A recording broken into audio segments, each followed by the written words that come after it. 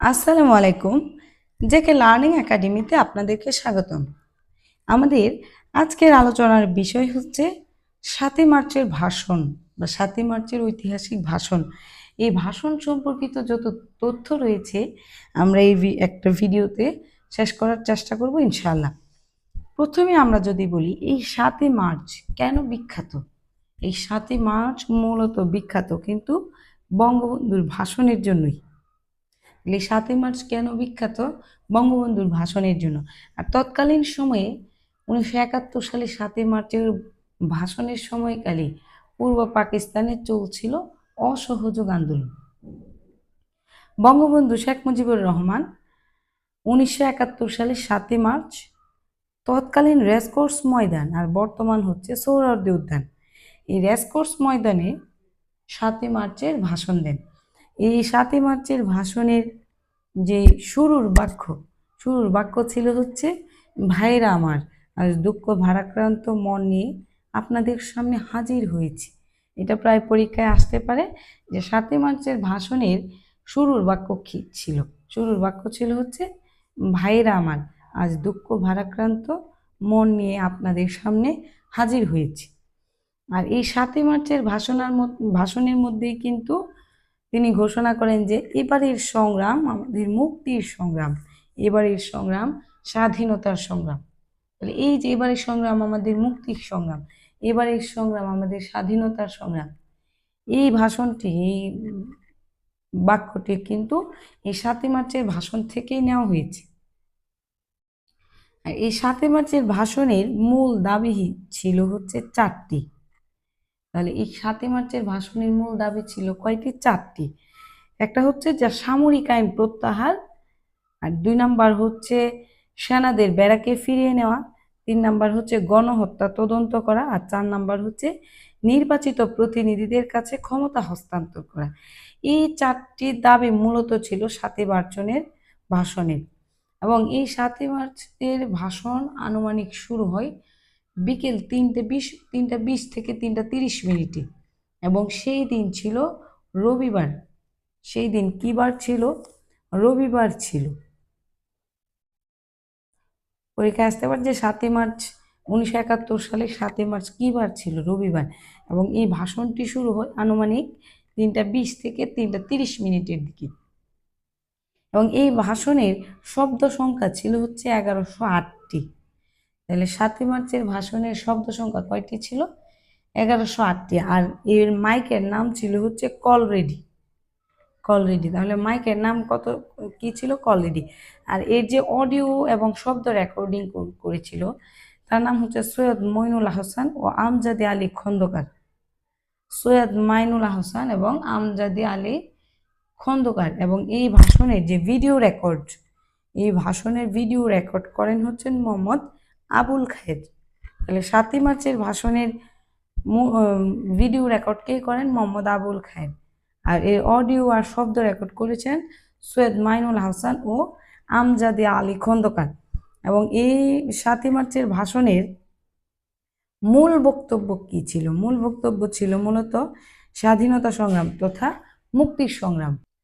এই ৭ই মার্চের ভাষণের মোট সময়ের কথা যদি আমরা বলি, প্রচলিত তথ্য মতে কিন্তু এর মোট সময় ছিল 18 মিনিট। আর উচ্চ মাধ্যমিক পৌরনীতি ও সুশাসন দ্বিতীয় পত্র বই অনুযায়ী এর সময় ছিল হচ্ছে 19 মিনিট, কিন্তু মোট সময় কিন্তু ছিল 23 মিনিট। এবং এই কথাটি কে বলেন? যে 10 মার্চ 2017 তারিখে কৃষিবিদ ইনস্টিটিউশন মিলনায়তনে বঙ্গবন্ধু ৭ই মার্চের ভাষণ, রাষ্ট্র ও সমাজ কাঠামো পরিবর্তনের দিগদর্শন শীর্ষক একটা সেমিনার হয়েছিল। এই সেমিনারে প্রধানমন্ত্রী মূলত বলেন যে ভাষণটি ছিল 23 মিনিটের। আমার সৌভাগ্য হয়েছিল সেই সময় মাঠে উপস্থিত ছিলাম, মঞ্চের সামনে নয় ঠিক পাশে উপস্থিত ছিলাম। আর তবে যে ভাষণটি রেকর্ড করা হয়েছিল সেটি 18 থেকে 19 মিনিট। তার মানে বঙ্গবন্ধু এই ৭ই মার্চের ভাষণ যে 23 মিনিট ছিল, এটার তথ্য দেন হচ্ছেন শেখ হাসিনা, কিন্তু এটা রেকর্ড করা হয় 18 থেকে 19 মিনিট। এই ৭ই মার্চের ভাষণের পরেই কিন্তু অসহযোগ আন্দোলনের তীব্রতা আরও বৃদ্ধি পেয়েছিল। পাকিস্তানি সৈন্যরা তখন জয়দেবপুর নিরীহ মানুষের উপর হামলা চালিয়েছিল 1971 সালের 19 মার্চ। আর এই 7ই মার্চের ভাষণকে তুলনা করা হয়, এই যে তুলনা করা হয় গেটিসবার্গের ভাষণের সাথে। এখন গেটিসবার্গের ভাষণটা কি ছিল মূলত? এই গেটিসবার্গের ভাষণটা ছিল যে গৃহযুদ্ধের সময় 1863 সালে 19 নভেম্বর, কত সালে? 1863 সালের 19 নভেম্বর আমেরিকার 16তম প্রেসিডেন্ট আব্রাহাম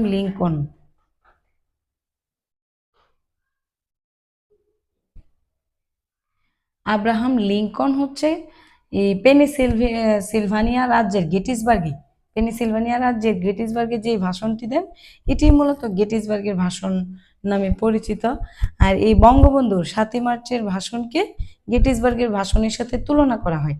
আর গেটিসবার্গের ভাষণটি মূলত কি ছিল, যে কিছু একটা লাইন যদি আমরা বলি, যেটা পরিচিত ছিল যে government of the people, by the people, for the people, shall not perish from the earth. এটা ছিল গেটিসবার্গের ভাষণটি, একটি লাইন যদি আমরা বলি। আর এই বঙ্গবন্ধু শেখ মুজিবুর রহমানের যে ভাষণটা স্থান পেয়েছে জ্যাকব এফ ফিল্ড, কি কে জ্যাকব এফ ফিল্ড রচিত একটা বই, যে বইয়ের নাম হচ্ছে we shall fight on the beaches, the speeches that inspire history. এই বইটির মধ্যে হচ্ছে বঙ্গবন্ধু শেখ মুজিবুর রহমানের ভাষণটির স্থান পায়। আর এই বইটির 201 পৃষ্ঠায় একটা শিরোনামে প্রকাশিত স্থান পেয়েছে, যে শিরোনামটি ছিল struggle, this is the time to struggle for the independence. এটি ছিল হচ্ছে এই জ্যাকব এফ ফিল্ডের যে বইটি ছিল, এই বইয়ের 201 পৃষ্ঠার শিরোনাম। এই শিরোনামে বঙ্গবন্ধুর ভাষণটি হচ্ছে স্থান পায়। এছাড়াও ইউনেস্কো 30শে অক্টোবর 2017 সালে 30শে অক্টোবর 2017 সালে বিশ্ব প্রামাণ্য ঐতিহ্য হিসেবে স্বীকৃতি দিয়েছে এই জাতিসংঘের যে ইউনেস্কো, এই ইউনেস্কো 30শে অক্টোবর 2017 সালে বিশ্ব প্রামাণ্য ঐতিহ্য হিসেবে স্বীকৃতি দিয়েছে এই 7ই মার্চের ভাষণকে।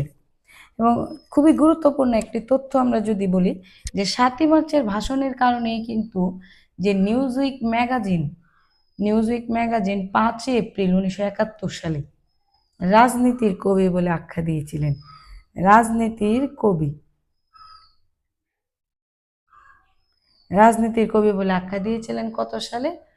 1971 সালের 5 এপ্রিল। এই বঙ্গবন্ধু 7ই মার্চের ভাষণের জন্যই কিন্তু এই নিউজউইক ম্যাগাজিন 1971 সালের 5 এপ্রিল বঙ্গবন্ধু শেখ মুজিবুর রহমানকে রাজনীতির কবি হিসেবে আখ্যায়িত করেন। এ ছিল আমাদের আজকের আলোচনা। আসসালামু আলাইকুম, ধন্যবাদ সবাইকে।